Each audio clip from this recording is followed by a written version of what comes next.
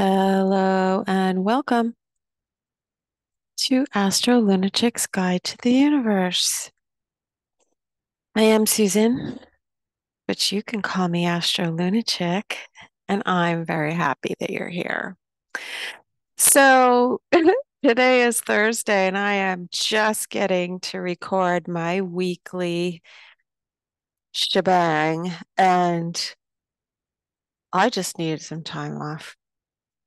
I don't need an excuse. I'm an adult. I just was not feeling it. I was busy for sure. And sometimes when I'm looking at the astrology, I can only see myself, what for myself, not myself, but for some reason, sometimes I just need to deal with my own shit. And deal with it I did, trust me. The time of darkness is over. And I'm not one that runs from the darkness. I will embrace my own darkness and dive into it and excavate, see what it's all about. But don't get excited. It wasn't all that bad. It was just Crunk City. But now, if you're aware, I did do the weekly show last week. Plus, I did a pop up during the week. And I talked about fate and free will and um, you know, a lot of people talk about fate and free will. Is it fate or is it free will? Well, isn't it? Or why can't it be both? I think some things are fated and it depends on, how you handle your fate, if you choose to steer it or if you are just passive and accept what is given. And that's free will. And sometimes things happen that are fated as a result of our free will choices. So I don't really get involved in that whole debate of either or, because I'm not about the duality. I am riding the middle line, looking at both things and saying both both things can be true simultaneously or to a degree. It's ours to look at. Anyway, again, thanks for joining me. If you're looking to connect with me outside of the YouTube video, you can find me on Rumble. I'm also on Twitter and Facebook, Instagram. I started a Threads, but now I'm asking myself why. And here on YouTube. So what you see on the screen, this beautiful graphic, is from the Hermetic Tarot. Because, part of the reason why I did not do a video yet is because I'm still kind of looking at the aspects and what's happening right now and trying to digest it all and assimilate it. And I thought it would be good to pull out the tarot just to give us an idea of how to look at this from another perspective, what's going on in other dimensions, etc. So I pulled out one of my favorite decks. I saw this deck and I was just immediately drawn to it. It's the Hermetic Tarot, based upon the esoteric workings of the Secret Order of the Golden Dawn by Godfrey Dowson. So I love the symbolism, the artwork. I love the fact, especially with this deck, that it specifically has astrological references that can be used for timing. And um, in this case, in this spread, in this pull, I definitely got some indications of some timing of events or what is being processed at this time, which has to do with past events. So it's looking at the past, looking at where we are presently, and what it is going to, how it's going to come into play in the near future. So from top left to right, and then bottom left to right, we have the Wheel of Fortune, which is called the Lord of the Forces of Life. Then we have the Knight of Cups, which is the Lord of Waves and Waters. Then we have on the bottom left, Last Judgment, Spirit of the Primal Fire. And then lastly, we have the Queen of Pentacles, which is the Queen of the Thrones of Earth. So in terms of elements here, well, first of all, we have two major arcana, the Wheel of Fortune and the Last Judgment, which absolutely speaks of timing. You know, with the Wheel of Fortune, we look at the turning of the wheel, you know, the seasons of timing, getting a sense of time. And the Wheel of Fortune is also at the very bottom, underneath the wheel, we have the symbol of Jupiter on a posh pillow, two swords on either side of the Sphinx. Well, it's a man with a Sphinx head. So the Sphinx is an enigma, a mystery. And when I look at this, I think of, I've always thought of, you know, the Sphinx, yes, riddles, but asking why and always going deeper and trying to understand the underlying meaning. Now, all the way to the right, we have the symbol of Saturn shown on the card. Saturn is also the Lord of Time and karma, and the Wheel of Fortune is the Wheel of Karma, the Wheel of Samsara. I also think of the Wheel of Ixion. Um, if you've listened to my show before, we've talked about Ixion, as there is an asteroid named after Ixion, and it just speaks to the idea that, you know, we have certain fates, we have certain timing. There is karma, there's cause and effect that play into these things. And sometimes there is, you know, good luck, Jupiter. So this makes me think, what transits are we having right now? Well, Jupiter is sextile to Saturn. So that to me is showing that karma and good fortune are both at play. If I could say, I would probably say that Jupiter to me, sextile Saturn, is the good, you know, the rewards for good works and hard work on oneself. Really, it is positive rewards in terms of cause and effect coming back to us. And it's also completion of a cycle of time, the Wheel of Fortune. So very, very much indicative of the quality of the time that we are in.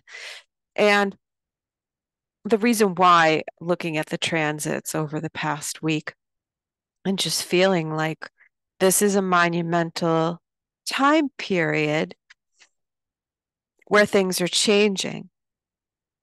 You know, and of course, I'm looking at these things to understand them for myself and how to apply it, how to understand what cycle I am closing up and laying the seeds, planting the seeds for the upcoming cycle. You know, that's my Jupiter sextile Saturn moment where I want to make sure that I am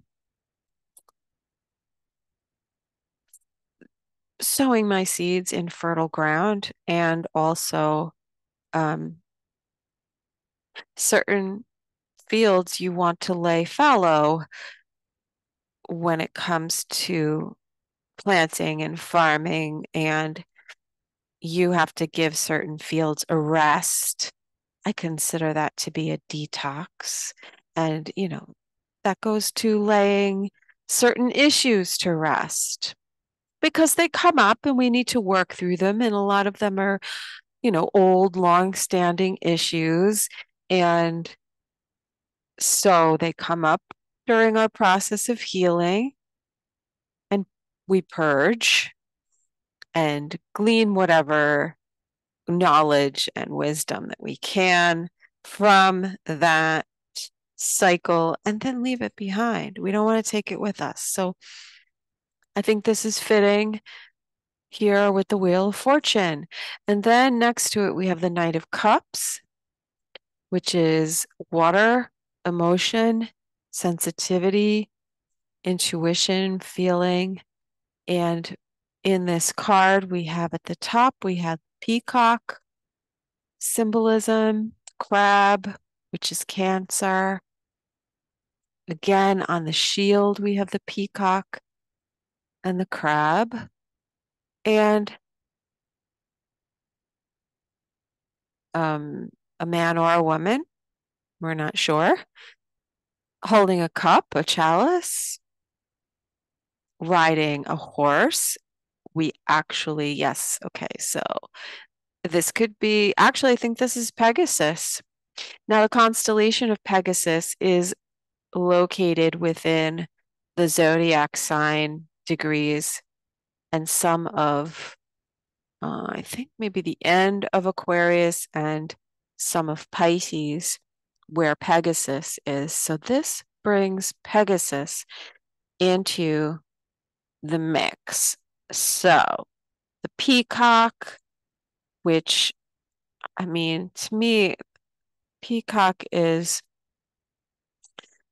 you know, it's showy. It's it's um it's beautiful, like the beautiful display of the feathers and the feathers looking like eyes. So it is very esoteric, you know, it has a deep esoteric meaning in terms of um, having many eyes on you, or maybe, you know, having eyes in all places on the lookout, watching out for you. And what else can we say about the crab symbolism? It's protective, right? Crab, hard shell, soft center, and crabs tend to move or, you know, be moved by the currents of the ocean and on the bottom at the depths. So it's very intuitive in terms of discerning where the tide is going. Now, on the Pegasus, we have the astrological symbols for Aquarius and Pisces. And this card, in terms of timing, oh, and also on his leg, his front leg, we also have the symbol for Saturn. Again, time and karma and, you know, cycles of challenge and difficulty, hardship can be. In terms of astrological, you know, the zodiac degrees and timing, This card represents the degrees of from 20 degrees of Aquarius to 20 degrees of Pisces. So what I find interesting is that we are going to have a new moon tomorrow, I think. Tomorrow night into the next day. I think it's the 9th. Which is a new beginning, a new cycle. Today is a 9. We're ending a cycle, and tomorrow would be the 1. So a new moon, a new beginning. Yeah, it is on the 9th.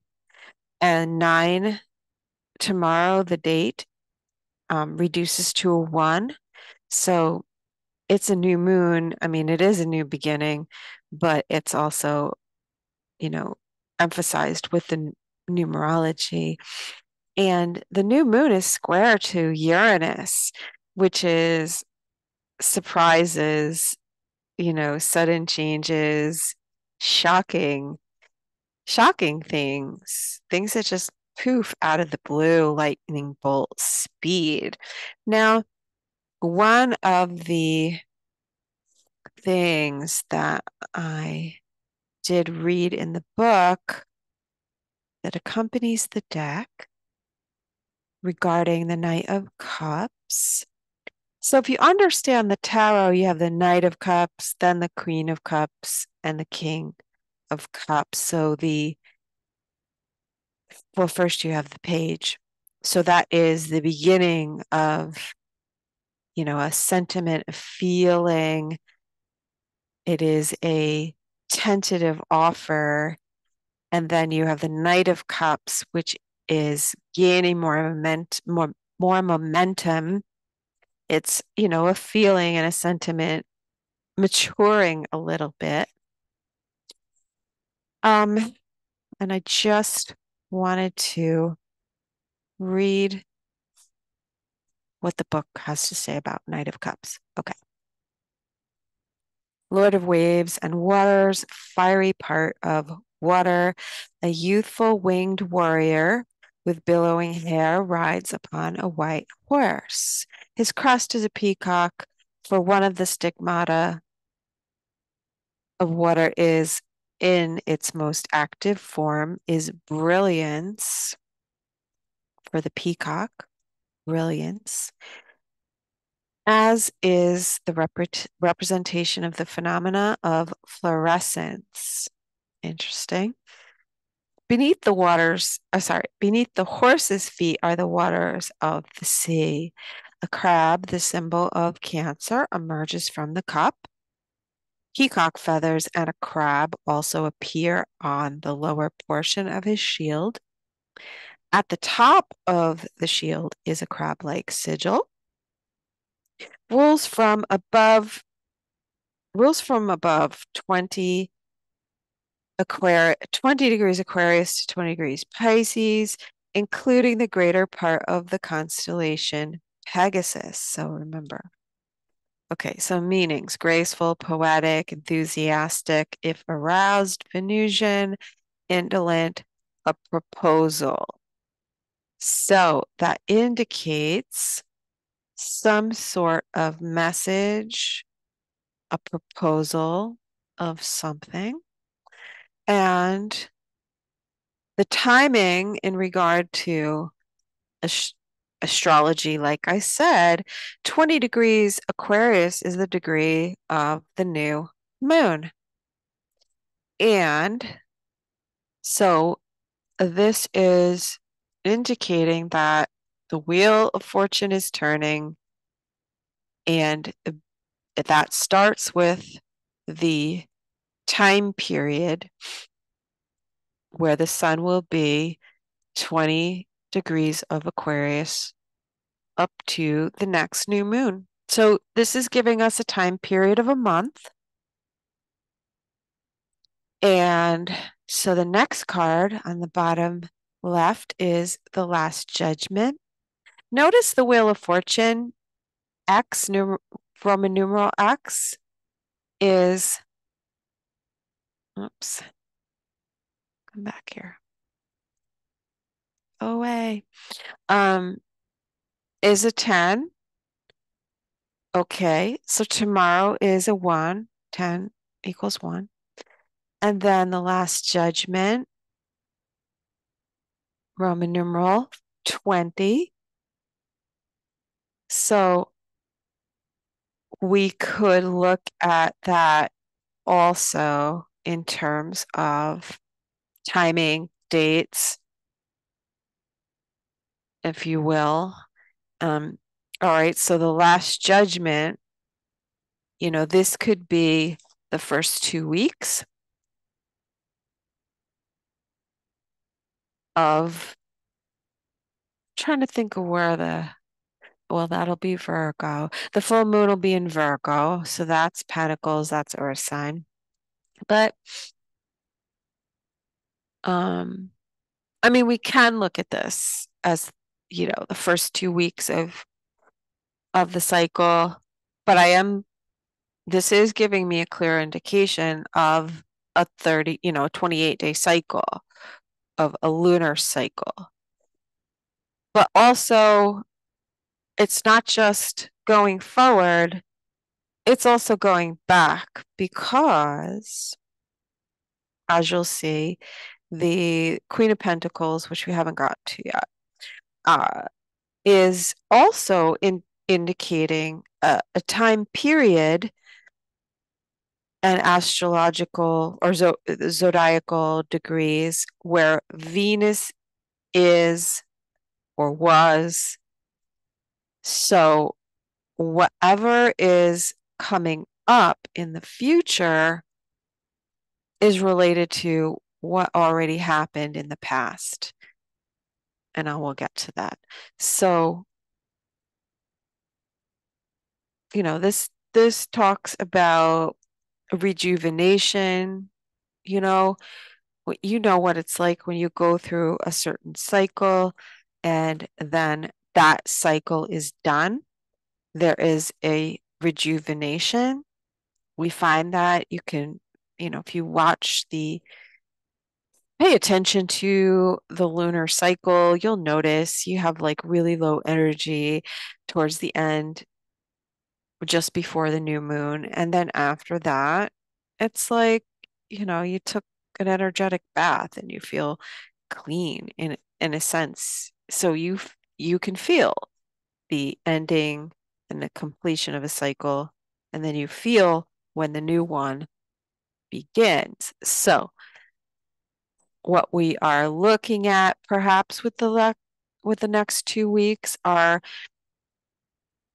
dealing with it more on an emotional, intuitive level with the Knight of Cups. And then we have the Last Judgment, which is the next card. Well, it's not the next card. It's the next card in this spread. But I'm thinking in terms of this being the Wheel of Fortune being a 10, right? And then add 10, we have the Last Judgment, and that's a 20. So we are looking at things in terms of paying attention to the 1 through 9-day cycle, and that's important. So if you are aware and paying attention to the things that happen, let's say on the 1 day, it gives you an indicator of whatever you need to pay attention to. And as that thing grows, you will find it sort of more developing and fleshing out on the 3 day. And so you can choose to participate, I guess, or just observe, and taking action on those days, 3, 6, and 9, will help the process or mitigate whatever is, if if it's a difficult thing, then obviously if you do nothing, it can just grow and become a full-blown crisis, let's say, by the 9 day. And that is my explanation of why I pay attention to the 3, 6, and 9 days and the 1 through 9. And this spread is reiterating that this will be important. So it can be the 1 day, like we can look at days that reduce to 1, and we can look at days that reduce to 2.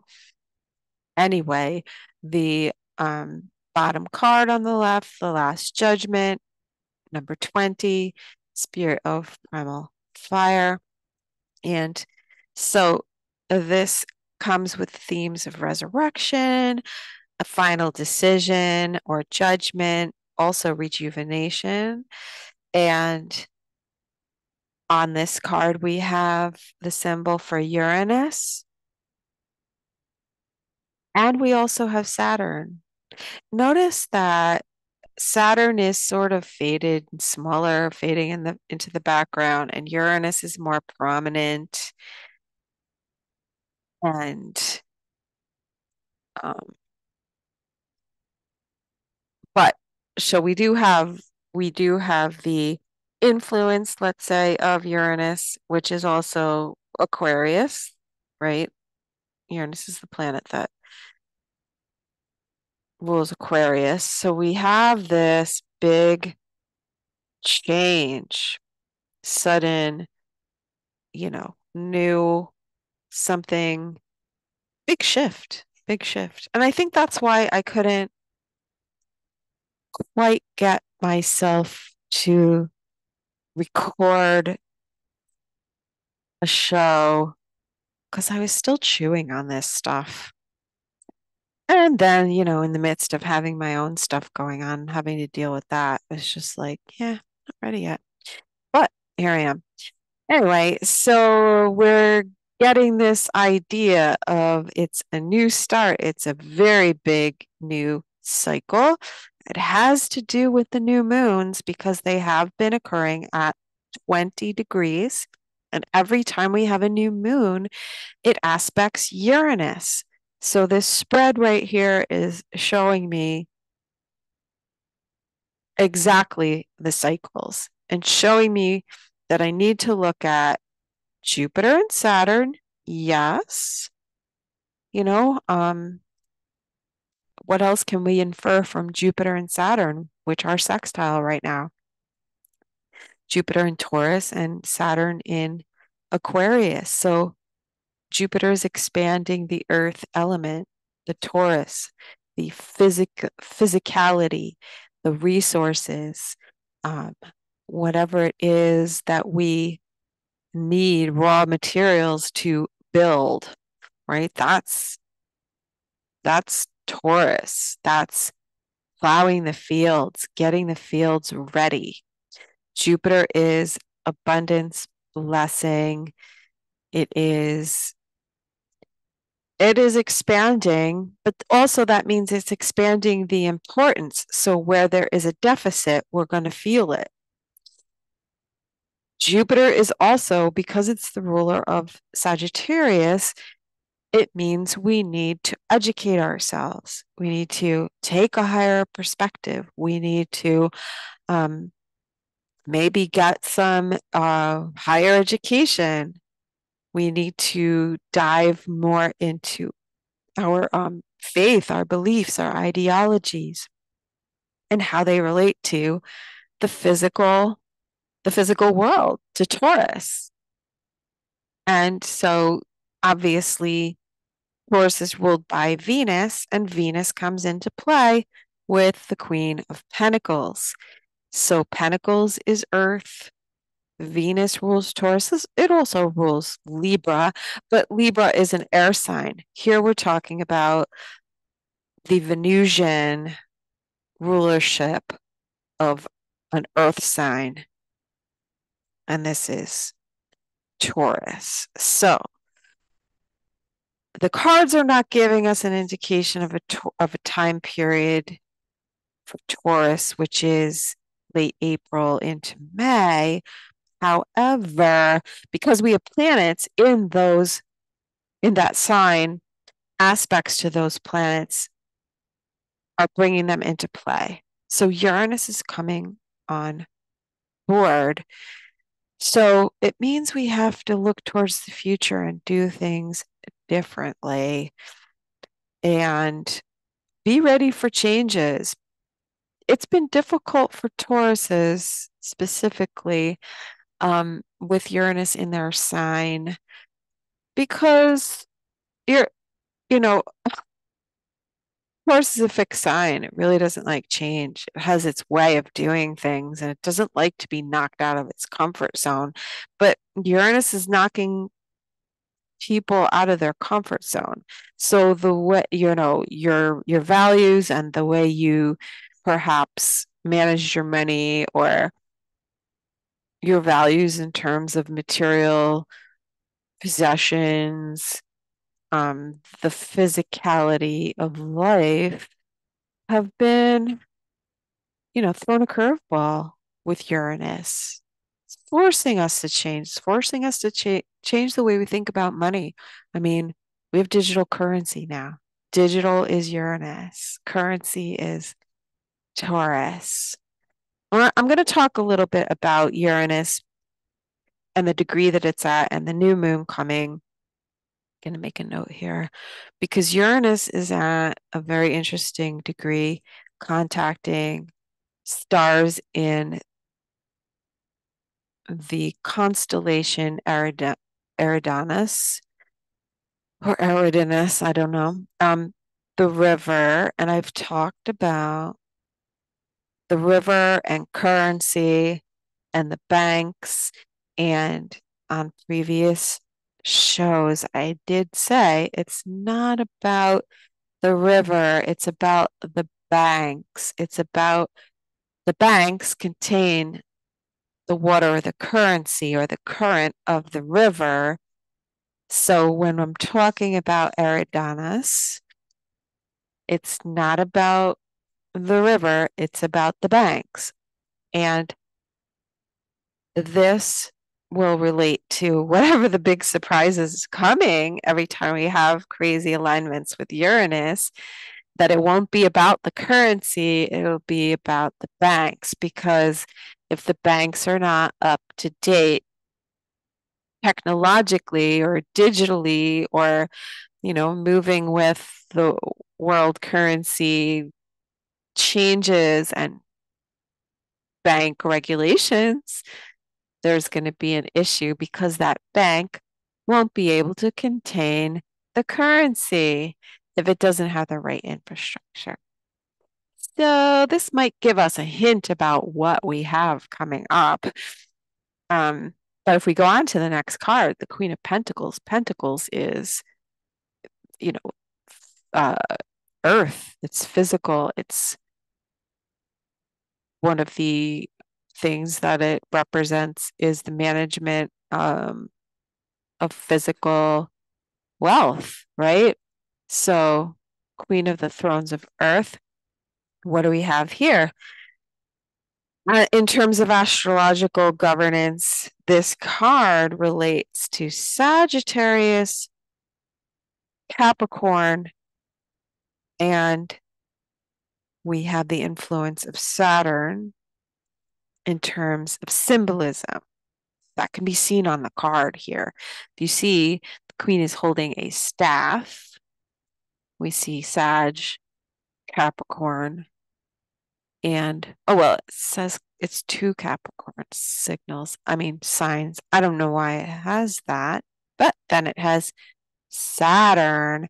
So Saturn being the ruler of Capricorn, to me, this sounds like it's calling our attention to laws and the legal system. Sagittarius, also global foreign currency, and Capricorn, governments, right? Structures. And we know because Pluto went through Capricorn, the old structure is done. So any For instance, banks running on the old structure may have a problem. That's what it sounds like to me.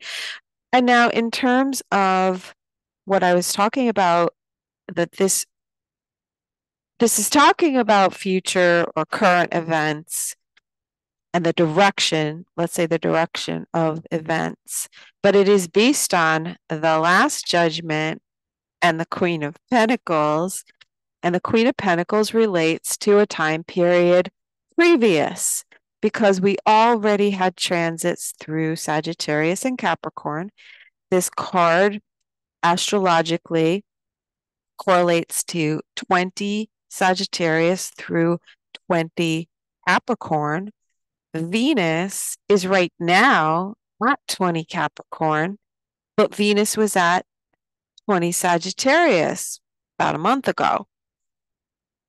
Okay, so we had on January 15th, Venus was at 20 degrees of Sag, at which point she would have made in conjunct, which is an adjustment, uncomfortable aspect to Uranus, and Uranus is trying to rein in or contain the currency within the banks. Now, Venus in Capricorn, so there was in January a need for an adjustment. Okay, within Sagittarius, Venus in Sagittarius is dealing with laws and regulations regarding Venus, regarding money, banks, right? Okay. So Venus being in Capricorn right now is putting in place the structure, a new structure, which Pluto has already destroyed. And then we had our yearly transits through Capricorn where, we're putting in place new provisions, making new accommodations. So Venus making a trine to Uranus in Taurus from Capricorn is new, is a new financial structure and system. We're already there. Okay. It's like we have some stragglers and we're going to see who the stragglers are because there will be issues, probably. So, I mean, we can look at the card itself in terms of fertility. It represents, the Queen of Pentacles represents fertility, charm, grace, kindness, truthfulness, intelligence. The symbols that we see on the card are the hexagram, oak leaves, snail. She's wearing an ornate helmet, head protection. I think the snail is her helmet. And so, the oak leaves are the acorns and oaks are very, those are ancient fertility, symbols of fertility and succession of generations, family lineage. So here we could be talking about money and the wealth of families and the family tree, which is something very interesting because we have stuff going on with the royals. Sounds like the royals are in the process of eating one another. Kate hasn't been seen since just after Christmas around New Year's, and Charles is ill or they announced he has cancer, and it looks like, there's something going on there with the family legacy. So there's a decision, there's a judgment being made, and going forward, it is dealing with Queen of Pentacles, family, fertility, wealth, succession, and changes in regard to, money, finance. So, I mean, I'm really looking at this in terms of material and financial, yes, but we can look at this in terms of relationships, because we do have a Knight of Cups who's making an offer or a proposal. Perhaps because there's a completion of a cycle with the Wheel of Fortune and timing, it is time for an offer of conciliation, a proposal of a rejuvenation of something. Perhaps if we want to look at it in terms of relationships, personal or otherwise, it's definitely something that is important to us on the material level. Not just saying it's all about money, but it would there's an opportunity here for an offer that might bring stability. And, the Queen of Pentacles is also about worth, self-worth, knowing your worth, being paid what you, what you, what you deserve. It's all about value. So if you feel valued, then you're more likely to be able to be abundant, because self-worth affects our ability, I believe, to translate that into something physical and tangible, which oftentimes is money. So, very interesting spread here. I like it. It makes me happy. Yeah. So, if you want to look at this in terms of your transits, or where you have astrological placements, planets, rising sign or the descendant, midheaven, or the cusp of your fourth house, the IC, then look for the degrees seem to be very important in Aquarius, 20 degrees Aquarius to 20 degrees of Pisces, which correlates to the new moon cycle, and Venus as she relates to, or really any planet or any point in your chart that is 20 degrees Sagittarius and 20 degrees of Capricorn.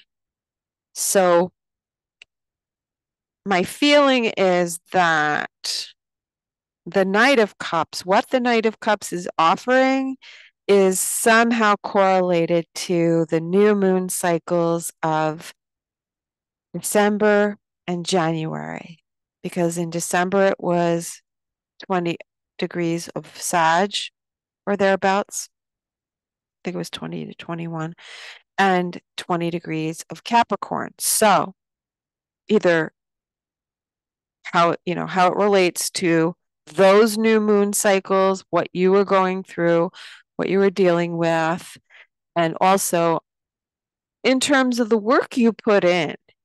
So the things that you are working on within and working through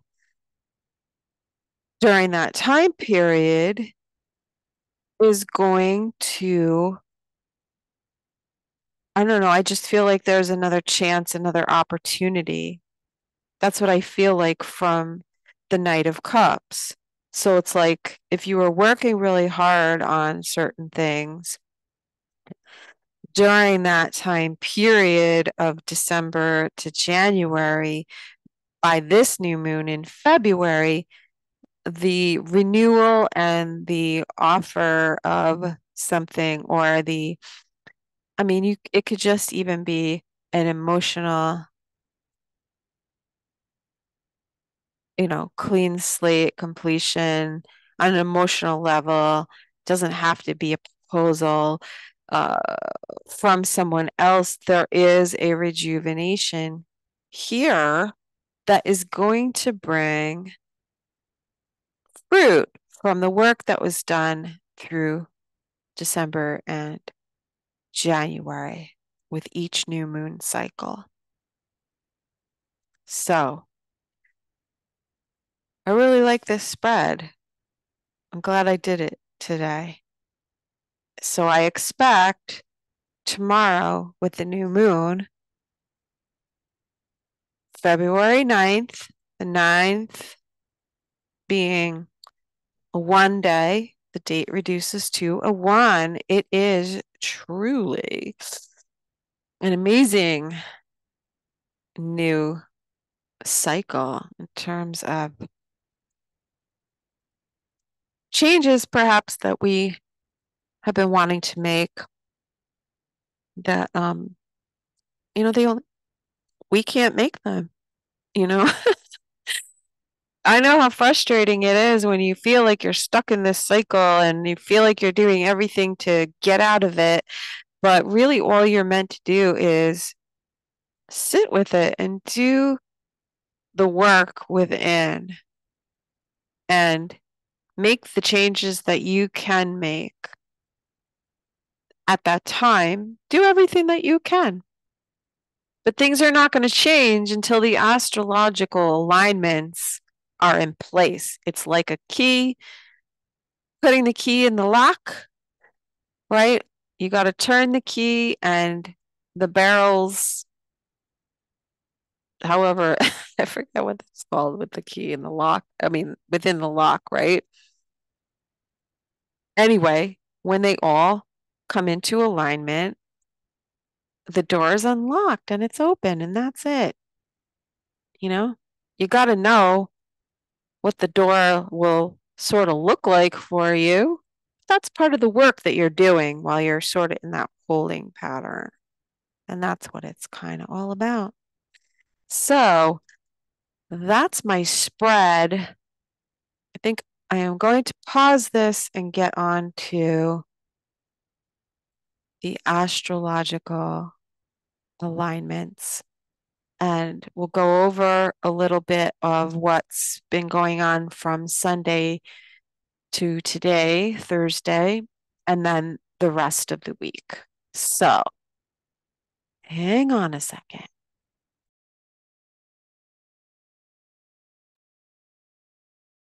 Okay, here we go. Now we have the chart. And as you can see, we are in the dark of the moon. That's just before the new moon. And it's the lowest point of the energy. So please conserve. And it's a time for thoughtful contemplation.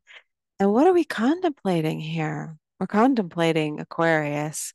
We're getting used to the idea of Pluto in Aquarius, which is bringing great changes, and for some people passing even.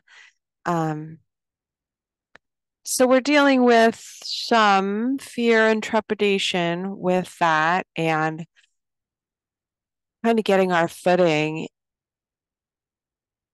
with our new power, our new superpowers. So we have different superpowers in Aquarius, and it's like when the ball is in your court, so to speak, then there's more focus on your sign. So with Pluto in Capricorn, there was a lot of emphasis and focus on Capricorn issues, government, structures, traditions, fathers, families, because it also encompasses the opposite sign. And so we went through that already, and we're still cleaning up the mess.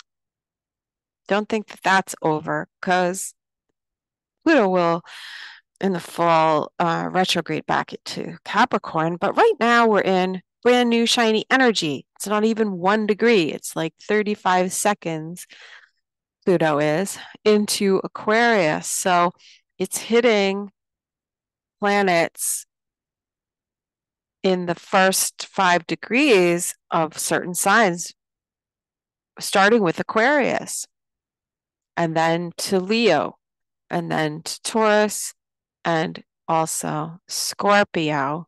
Those are the ones I would say where you're areas where you're going to see most friction, because there's oppositions and squares, and the conjunctions sort of embody the energy of Pluto and Aquarius. So, ah, crazy.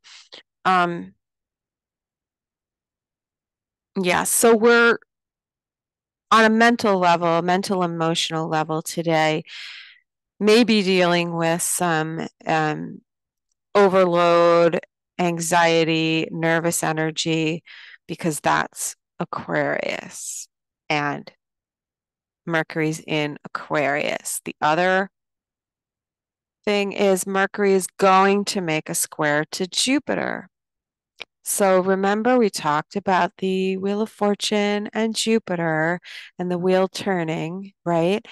And so Mercury square to Jupiter is how we are going to integrate our lower mind with our higher understanding.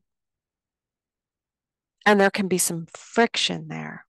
So, I mean, the friction probably comes up from not understanding the changes that are happening, or the communication might be, you know, giving us a mental overload. We're just getting overstimulated. So probably a good thing to do in the dark of the moon here, as we get up to the full moon, I mean the new moon, is to understand the nervous energy and the electricity in the air, and that Pluto going into Aquarius started to bring that. And we are dealing with the air element, so that is mental, it's communications, it's things, the waves that course through the air that we don't see, so there's all kinds of references there to electromagnetic, even thought patterns flying through the air. So there's that. And Moon in Aquarius is kind of detached, so it is meant more like intellectual. So the changes and the integration, there's a lot going on the intellectual level that we're going to have to deal with. And the anxiety is coming from what we feel or what we sense on an intellectual level, but also, um, the intuition as it operates on the mental plane. It's not emotional, it's not fiery, it's air, it's ideas, it's information coming to us. And I've always kind of been able to sort of, when I have a question or I don't understand something or I really need a resolution or guidance, I just ask. Like I just formulate the question in my mind. And I was just telling somebody this yesterday. I ask, and then you know, I don't struggle over it mentally. And then someone will say something or a news article will come up. This is how the intuition will work in an air sign. So think about Pluto being in Aquarius and how it is transforming, let's say, or bringing up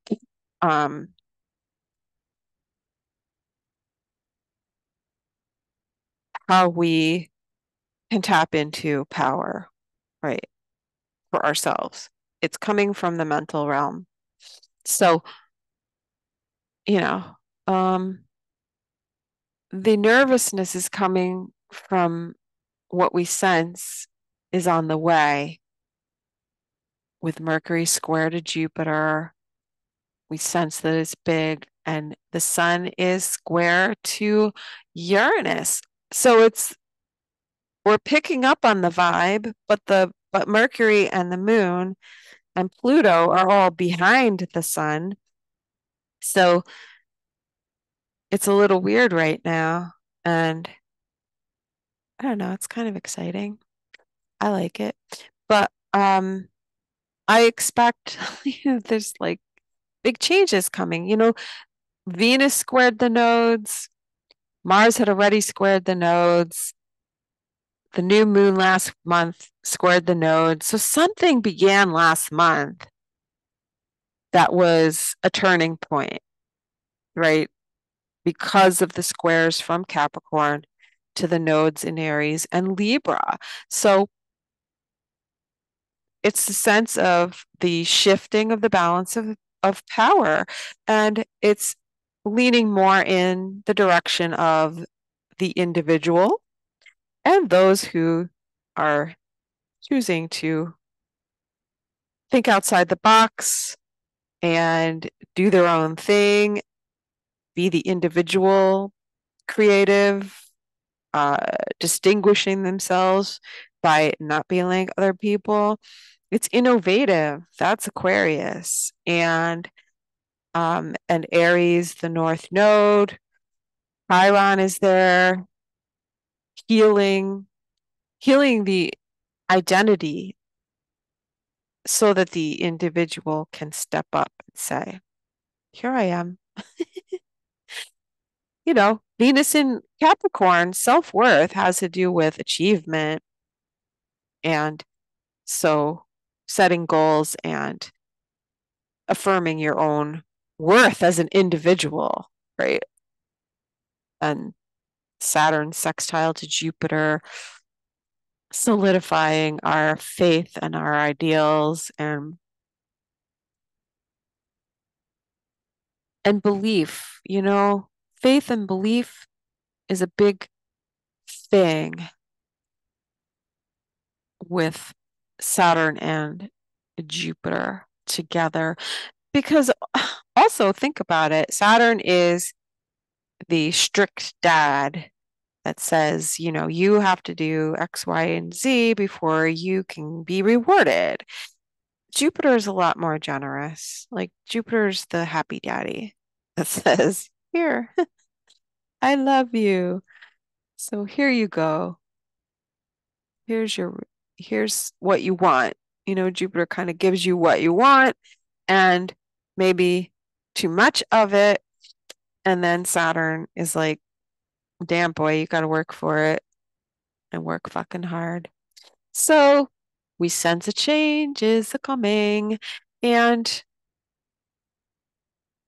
what else is going on today? So, I mean, I didn't really go over, since Sunday, I haven't done a show. So that's Wednesday, Tuesday, Monday, Sunday.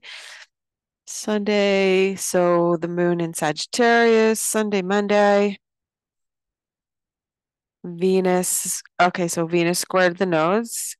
That was a turning point on the 5th.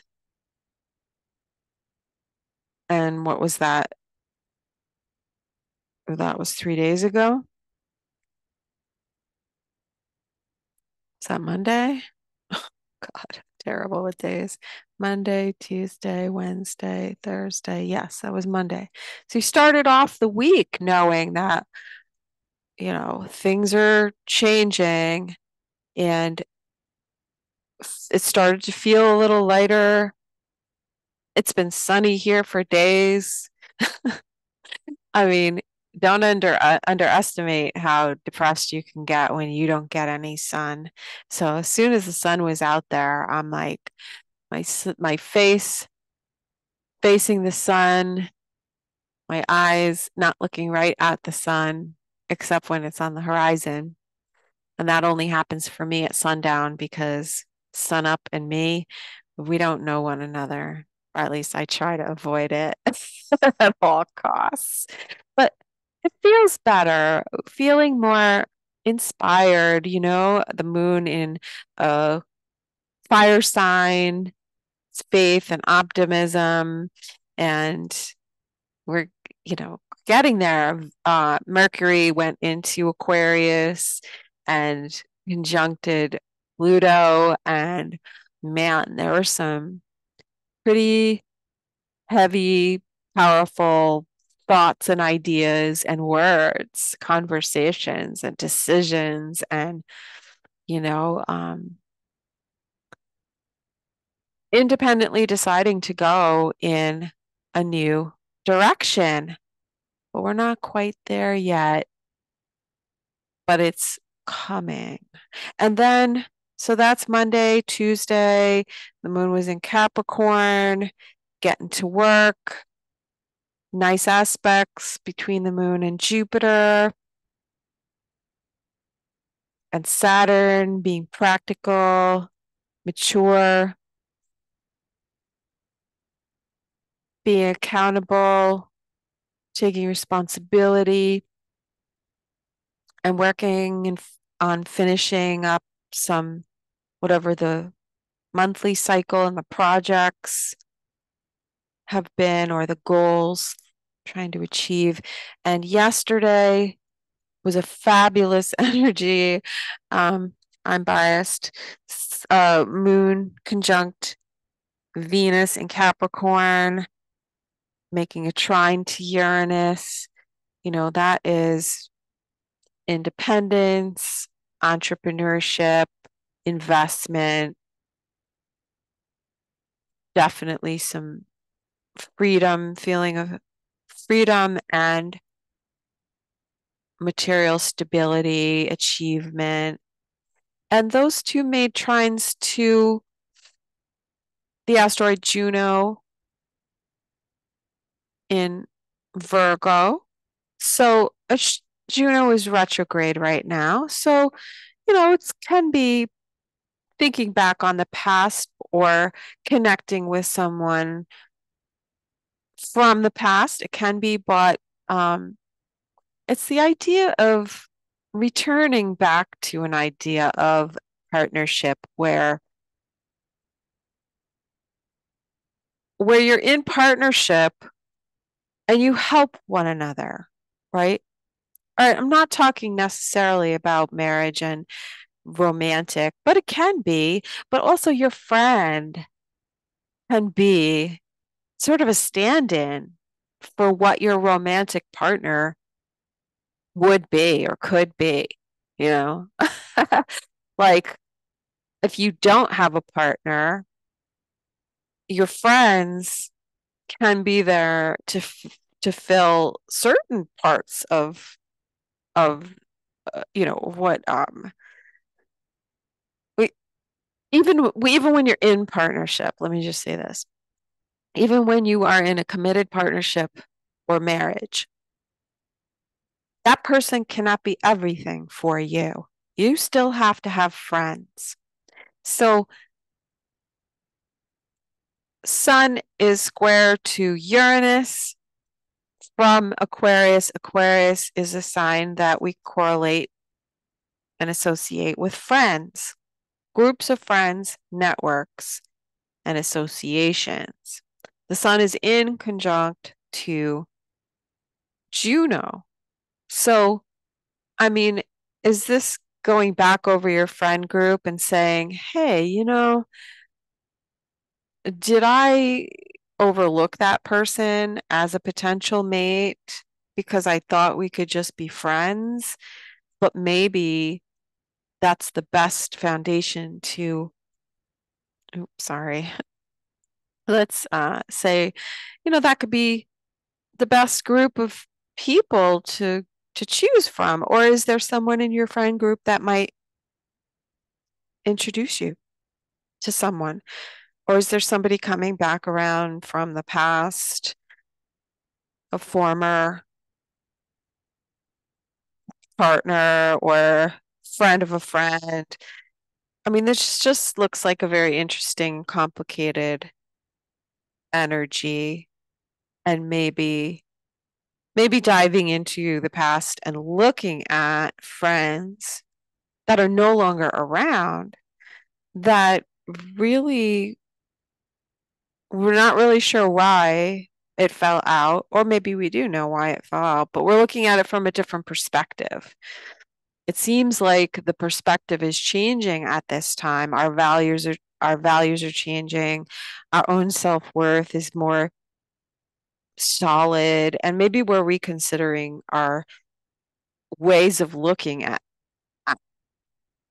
partnership so that somebody now fits into that category when they didn't before. Who knows? There's a lot of things going on here. It just all looks very interesting. But yesterday, um, it's kind of funny. I did sort of have kind of a little bit of that sort of an experience where, no, I have a friend who's a male and he's one of my best friends. And people have often like just assumed that we're together, and we're not, but we are such great friends. But it's that we both agreed that it doesn't, we don't look at it on that level. It's not work, it wouldn't work on that level for us. However, he's almost like a surrogate for me in a sense because there are certain roles that he plays in my life that I guess, a partner, if I had a boyfriend, it wouldn't exclude him from my life, but I do a lot of things with him that I would do, you know, if I had somebody with it, since there's nobody in that spot, but he's not just a friend, he's I don't know, it's everything but romantic. But in terms of Virgo, it's like, yeah, I look at certain attributes that he has and I say, that's a great thing to have in a partner. I'm glad I have that in a friend, right? So oftentimes we can look at our friends as examples of what we would love in another person, to be clear on what it is that we like, what it is that we need. Anyway, and also Venus in Capricorn, it's very loyal, it's committed, it's long term. Venus trine to Uranus and Taurus, changing our values, new value system, new friends coming in. So that could be something that's changing with this new moon because Venus is infusing Uranus in Taurus with all her Capricorn love, which is amazing. If you've ever been loved by a Capricorn, a good Capricorn. Um, and maybe that's what's coming with the new moon, a new infusion of that sort of energy, new opportunities, changes, just lots of changes, changes energetically, when we get stuff stuck in our energetic field, I mean, it's difficult to have changes affected on the outside if we haven't cleared through whatever is stuck in our energy field. And perhaps that's also part of what is going on, what I was talking about over December into January, those two new moons, and purging, getting rid of the past. And so when we do that, those things can no longer be stuck in our energy field, and we're not going to attract more of the same old shit. What's the thought? So that was yesterday. And then today, like I said, Mercury, the moon. So Mercury is an air planet, sort of, and you're, you know, Aquarius is an air sign, and the moon being in an air sign is the intellectualization of feelings, thinking about our feelings. And I think we're collectively working through some emotional things, on an intellectual level, and taking a detached view. What else? That's all the big stuff. So tomorrow, February 9th, is the 1. So we're beginning a new cycle with the 1 through 9. And it is the day of the new moon. So let's fast forward so that we can look at the exact timing of the new moon.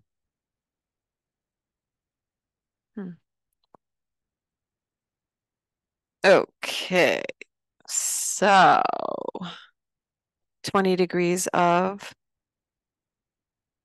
Aquarius square to the ruler of Aquarius, Uranus. Bing, bing, bing. Ricochet rabbit.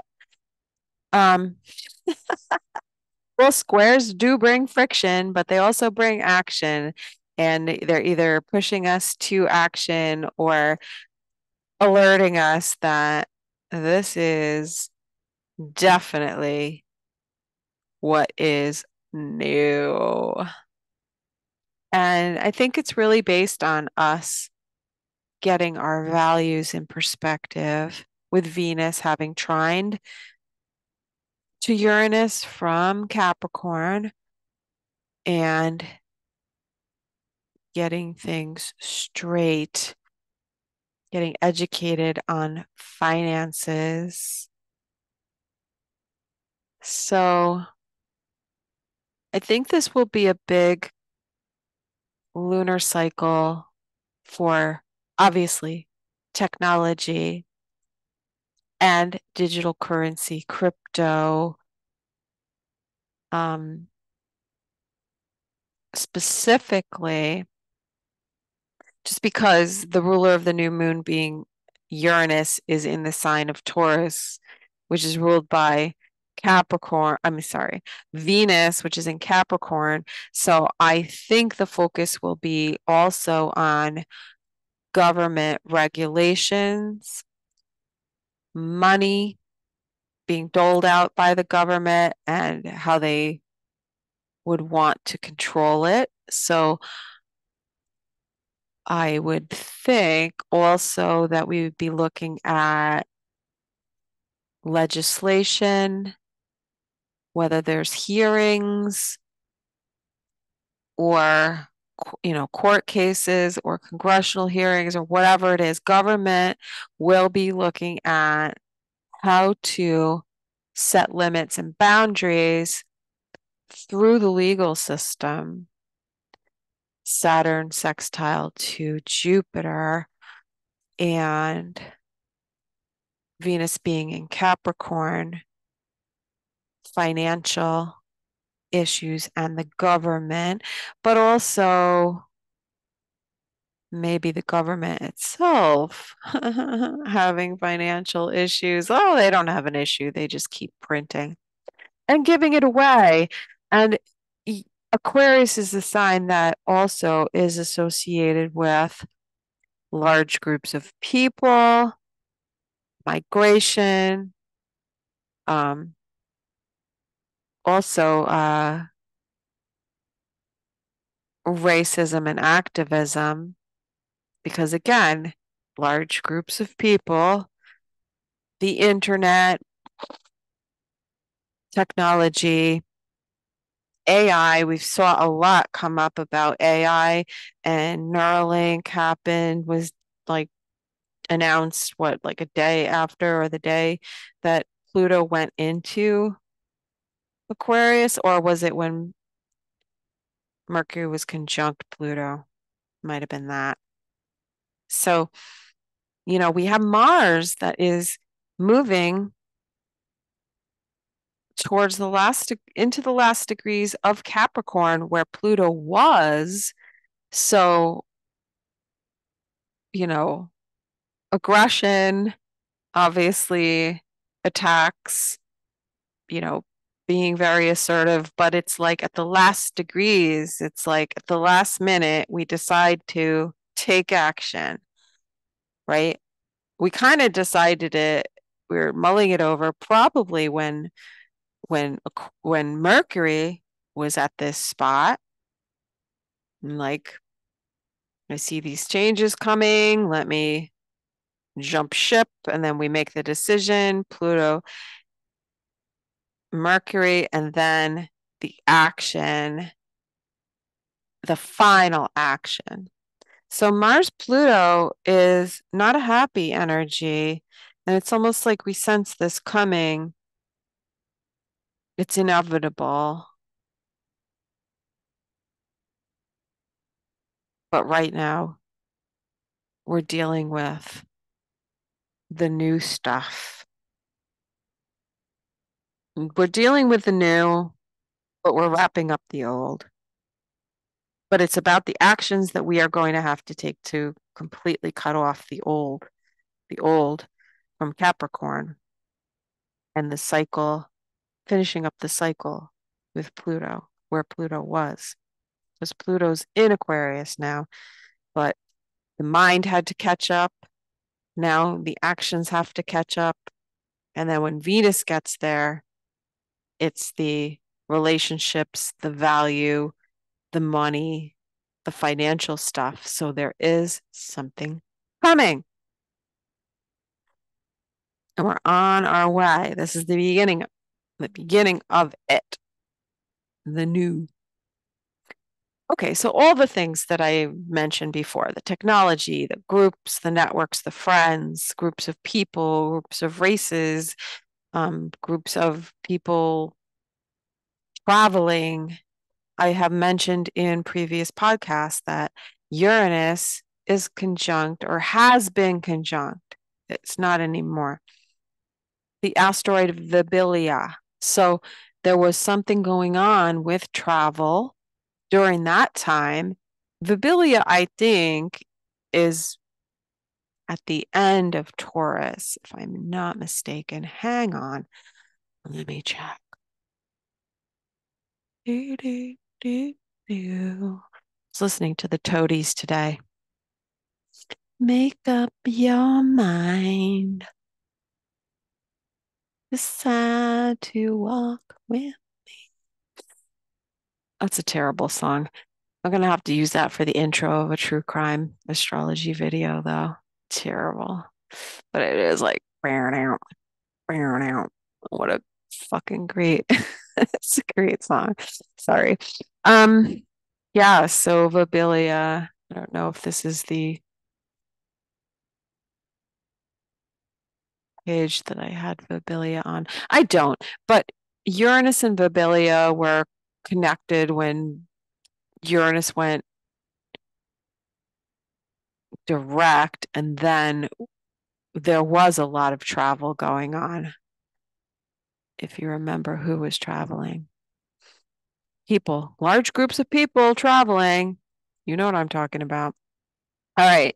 So here's where it all starts, like the beginning of something, and it's crazy because Uranus is involved.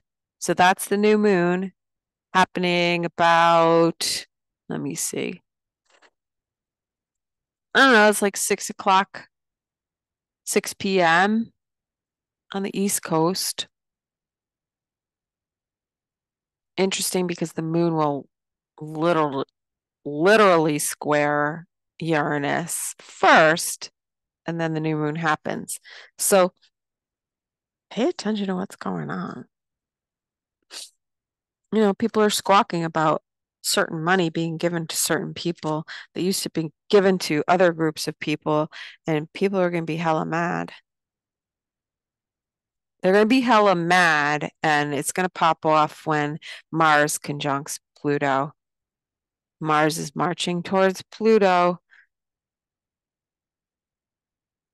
Shit, looks like war to me. All right, so that's the 9th, which is tomorrow. That's Friday. Saturday is the 10th. Oops. Saturday is the 10th, which is a 2-day, and the moon will be in Pisces. It will conjunct Saturn, which is serious, sober, committed, coming up against an emotional obstacle, hitting a wall. In Pisces, it's really hard to know what the boundary, the restriction, the obstacle is, but there's a delay and there's caution. Not a bad day. Mercury will square Jupiter. I do think there's a lot of mental energy going on and a lot of change happening, expanding. It's these groups of people, the new guys, that start talking, or we start to hear more from them or their side of the story. Well, we are already. We are, because there have been a few clips that came out.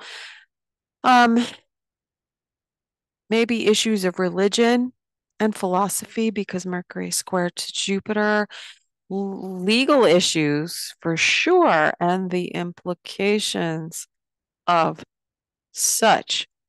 The laws will begin to change, but you know, it takes a long time. It takes time for these things to change. First, you see the problem, and then you see the push for change, the demand for change. I don't know. So, overall, not a bad day for productivity, creativity, even with the moon conjunct Saturn. There's a heavy sense of responsibility. And I think that our thoughts turn to religion and faith. With the moon in Pisces, here you go through a difficulty. What happens when you go through difficulty? That's when people start looking for God, right? That's when they start asking for help. Will the religious institutions be overwhelmed? That could be a possibility. But we are going to have to confront the delusion, the lies, the illusion, what's being hidden on the 11th. That's the 3-day. Don't forget, 1, 2, 3. Look at me. It's the events.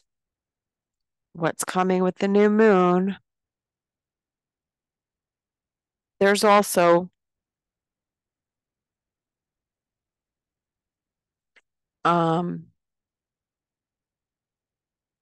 something to do with the internet and social media that is a big splash. Something that would connect many people, large groups of people, with the new moon. So that's the 1. The 2 is, maybe instead of avoidance, we need to face some facts and look at how we have been in denial or where there has been denial, perhaps. Anyway, the moon in Pisces, very sensitive. So immediately there's a huge jolt with new moon in Aquarius, Mercury in Aquarius, information, communication, digital, internet, social media, whatever it is. Then maybe there's a hush, maybe there's a silencing, maybe there is a slowing down, a throttling, or a restriction, or a blocking because we want to obscure. Neptune in Pisces wants to obscure what's going on. And with Mars in Capricorn, where Pluto has been for a long time, in terms of control and manipulation, and as it relates to government, now we see the actions here to create this Neptune in Pisces effect to where things can be spun and obscured. But I have been wondering, because there is talk of potential legislation and just more censorship and control, right? So Saturn sextile to Jupiter wants to create a barrier. So let's see what happens. Let's see what kind of, freedom of speech, but not freedom of reach, because it's an immediate effect after what happens with the new moon.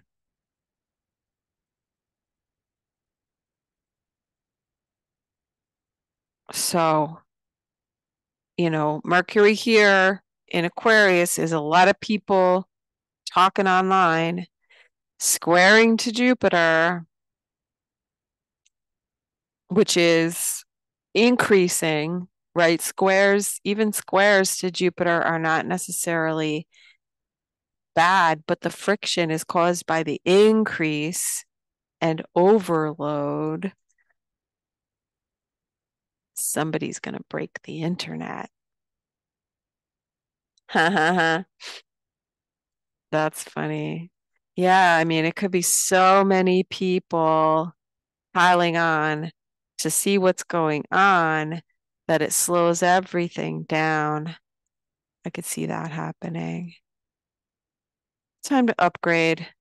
I've been thinking about it. I've been thinking about upgrading to like business internet for the house because regular residential internet kind of sucks. It's kind of slow. Anyway, we have bare minimum here just because I haven't really needed it, but maybe we do now. I have noticed things slowing down lately. So it's either because there's a lot more traffic at certain times of the day.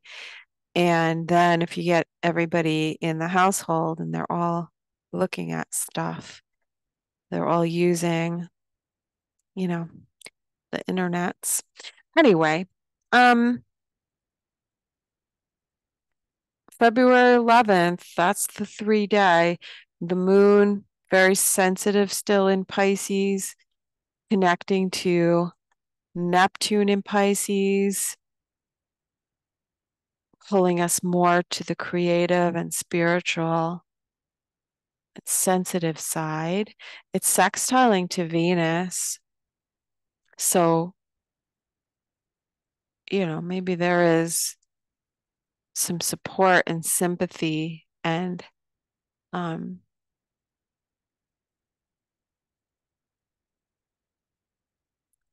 don't want to say financial support, but it could be for some people. And charity, financial institution, not charitable institutions and charity in terms of assistance. And Aquarius, that is the sign of activism and charities, organizations that deal with large groups of people, including, you know, homeless and those in need of help. So I think we're really going to be looking at, I mean, there could be a scandal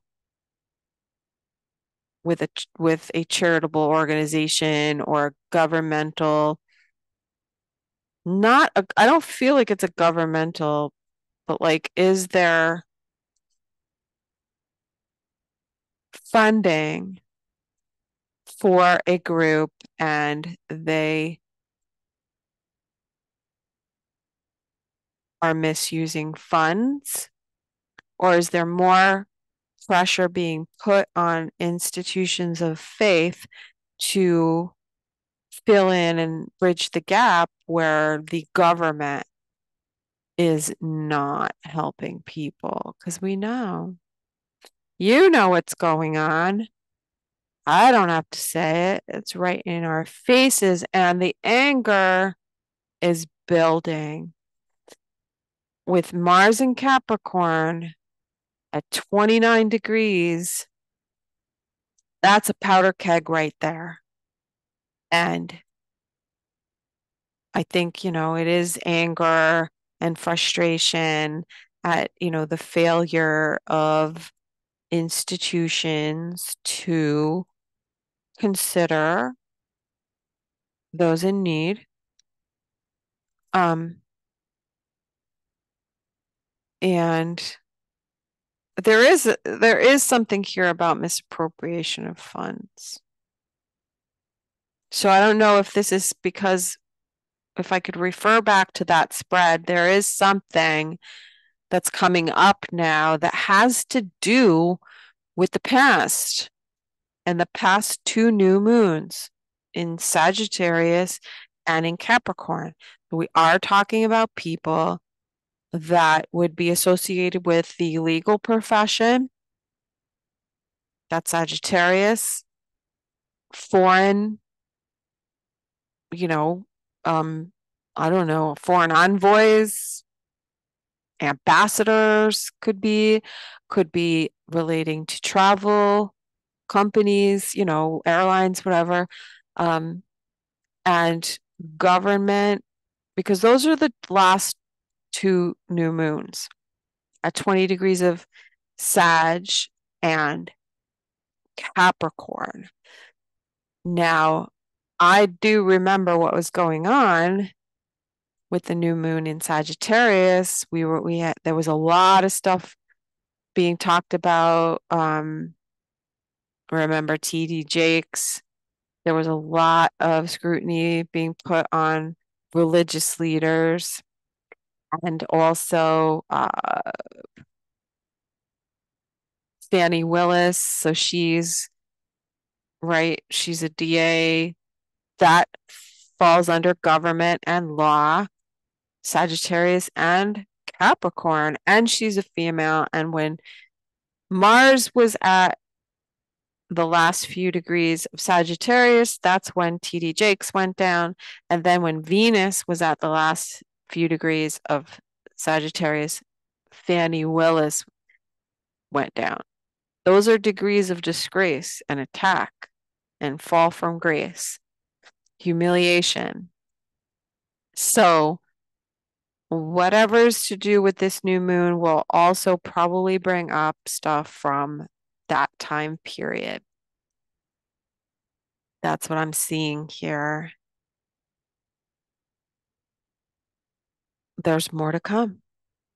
It looks really interesting.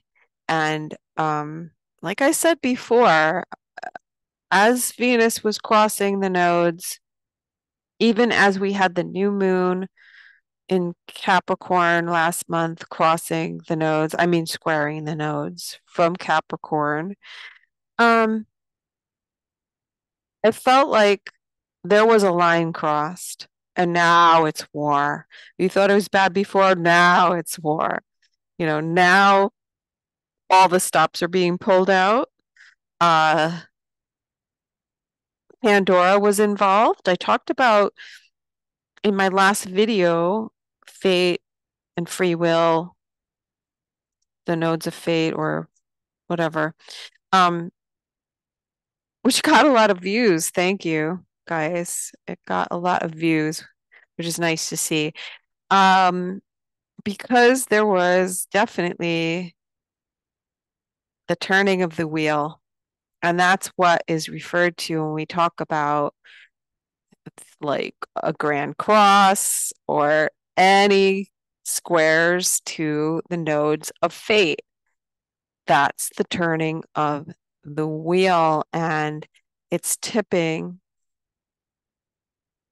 towards Aries. So that means it's building up. This is what's going on now, is building us up to what's going to happen in Aries and what the new moon in Aries is going to be all about. But it's the past determines the future. The past, what we sowed in the past, is coming back and determining what we reap. So be on the right side of karma. Guess that's all I have to say about that. And that pretty much ends the week. So I hope you liked my little tarot spread there. Again, that's the Hermetic Tarot. It's a Golden Dawn. It's based on the works of the Golden Dawn. And I love it for astrological symbolism and timing. And the deck proved itself to us today, didn't it? It's perfect. Everything is perfect. It's just perfect. So anyway, just keep in mind that things are going to change and you got to get ready to change with them. And, if things are not going in your favor, like sometimes up, sometimes down, maybe you got to do a little bit more work. Maybe you didn't do enough work. Maybe you got to repeat the cycle. It happens to all of us. But the more informed you are and the more honest you are with yourself, then the clearer you can see where the changes are happening for you.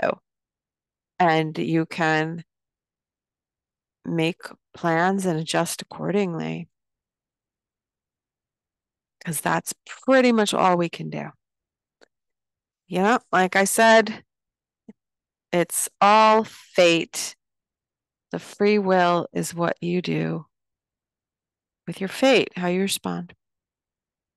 So that's it for today. I may stop by to talk about asteroids or stars. Maybe tomorrow, maybe Saturday, or maybe I'll wait till Sunday. I don't know.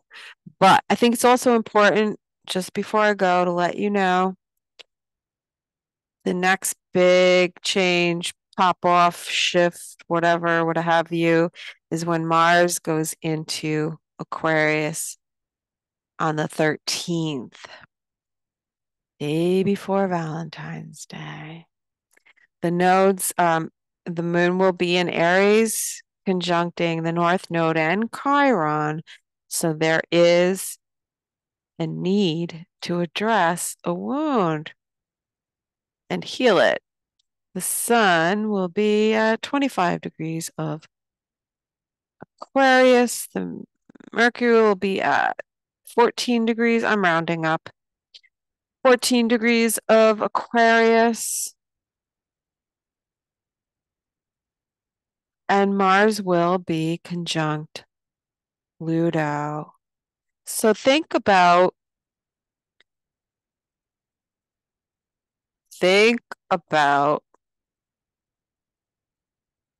around the 5th, the 4th and the 5th,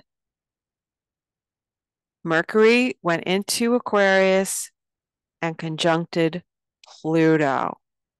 It's a very, very powerful conjunction. It really only lasted a few days as Mercury moved off of Pluto, but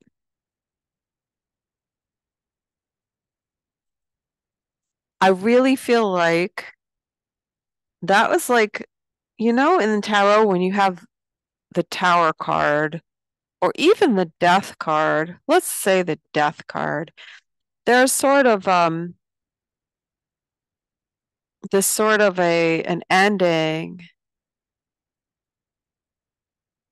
and a destruction, a death and a rebirth. Well, this came on a mental level, okay? Whether you got information about something that ended, somebody that died, or your thought patterns, a particular like thought loop, you know, we get those, don't we? Obsessive thought loops, ruminating. Ugh. Um, and suddenly, boom, it's clear. Your mind is cleared, right? And it's like it's like being constipated with Mercury in the last few degrees of Capricorn, thinking about the past and operating on an old program that has to do with the old structure, because that's just what we were, working with Mercury and Capricorn. We couldn't access the new. So Mercury had to go through the gate of Pluto, had to go through Hades, the dark night. And then it's taken a while to get out of it. If you really actually look at it in astrological terms, when, let's say, when a planet is very close to the sun, it gets lost in the rays of the sun. But in this case, it's like Mercury got lost in the depths of Pluto. So whether you were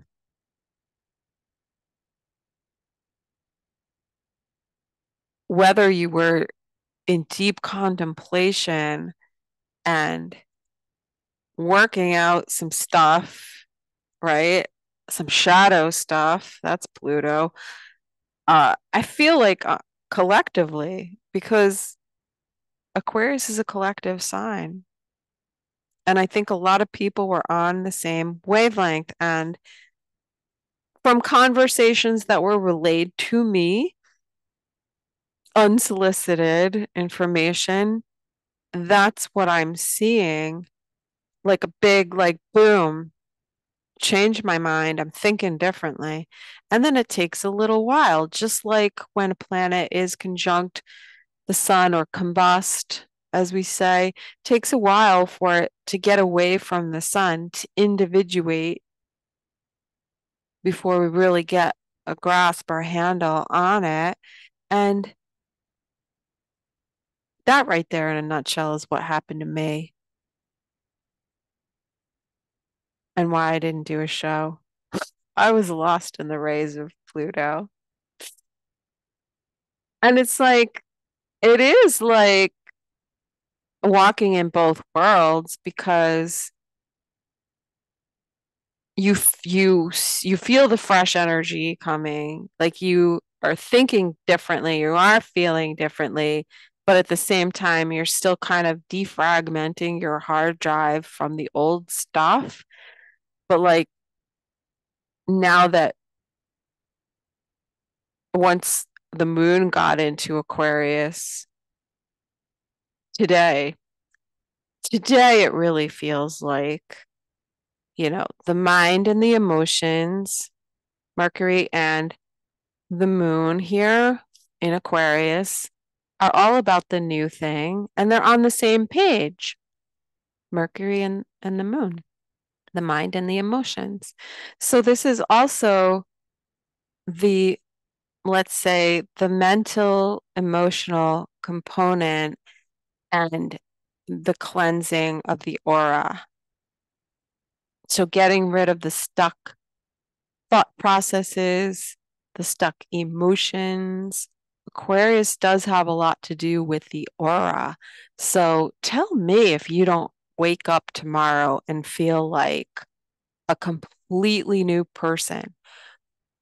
or that you don't hear people saying, we're on the new timeline. I love it when they do that. I understand what they're saying. I think it's I think it's that's a terminology. I don't know what to say about timelines. I don't really know if that is a thing, but it could be. But, you know, I would say that we are completing a cycle and we're on to a new one. And we're freed because this has freedom written all over it. The new moon square to Uranus. It's like, boom, new start, freedom. Everyone is on the freedom train, but there is going to be action that has to be taken. And I told you, between now and the 13th, that's when the action is when Mars hits Pluto. That's bravery and pushing through your fears and not, you know, not giving in to the manipulation and knowing that you are empowered really because the collective has shifted. There is a shift in values. There's changes happening on a financial level. Relationships are changing. Government, people in authority, how we view authority, how we take authority. That's all changing. So that's where we're at right now. And I hope that didn't take up too much of your time. Let me know in the comments if you like the tarot part. Not that I want my videos to go any longer. Maybe I will just make separate videos for tarot if people like them. Because I do enjoy tarot and I don't often pull cards for myself, but when I do, they're I find it very cathartic and very therapeutic. Um, Always very insightful. So, anyway, if you want me to share that with you, I'd be happy to do that. Okay. All right. Yeah, that wraps it up. And until next time, you can find me on the internets. You know where I am on Twitter X, Facebook, Fartbook, Instagram, Threads, the Gilded channel. If you want to join the chat channel, there's an invite link in the description box of this video.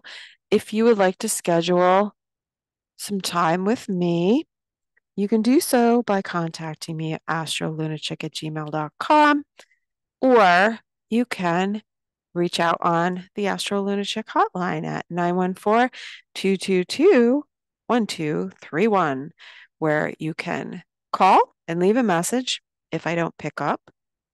If you're lucky, I might pick up. Or you can text me and get the party started.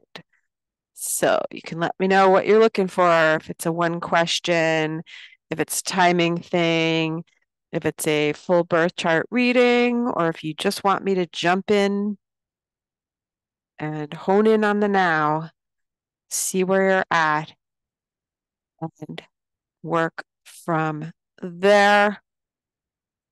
I do those things. So, yeah, I mean, it's your dime. You can have me sing you a lullaby if you want. Everything is pretty much, almost everything is up for negotiation. I can read you a bedtime story. People have often said that they like my voice. I think that's interesting, but to each his own, right? I mean, maybe they have planets in Capricorn or Aquarius or Virgo or Sagittarius or Pisces or whatever. I don't know. I'm not really sure what the allure is, but you know, it's nice to be wanted. It's nice to be liked for a change. Mm, whatever. I'm complaining. I'm complaining about nothing. It's my fucking shadow boxing. Anyway, like I said, the time of darkness is over. I think I'm just going to blame it on Mercury conjunct Pluto, and I got stuck there and wasn't able to get free until today with the moon conjunct Mercury. 5 degrees of Aquarius, by the way. So I think I probably will do a new moon video tomorrow because I really do want to get into the asteroids and the stars because it brings so much more flavor. Like, do you want chicken with salt and pepper? Right? You know, if we're gonna have roast chicken, yeah, you could throw your salt and pepper on there, maybe a little bit of olive oil or butter or whatever you rub on your chicken. But wouldn't you rather have like herbs and seasonings and, you know, marinade or a little like, what do they call it? Brined, right? Doesn't that make it more interesting? Yes. So that's for me. The asteroids and the stars go deep, deep, deep. And I have started working on a,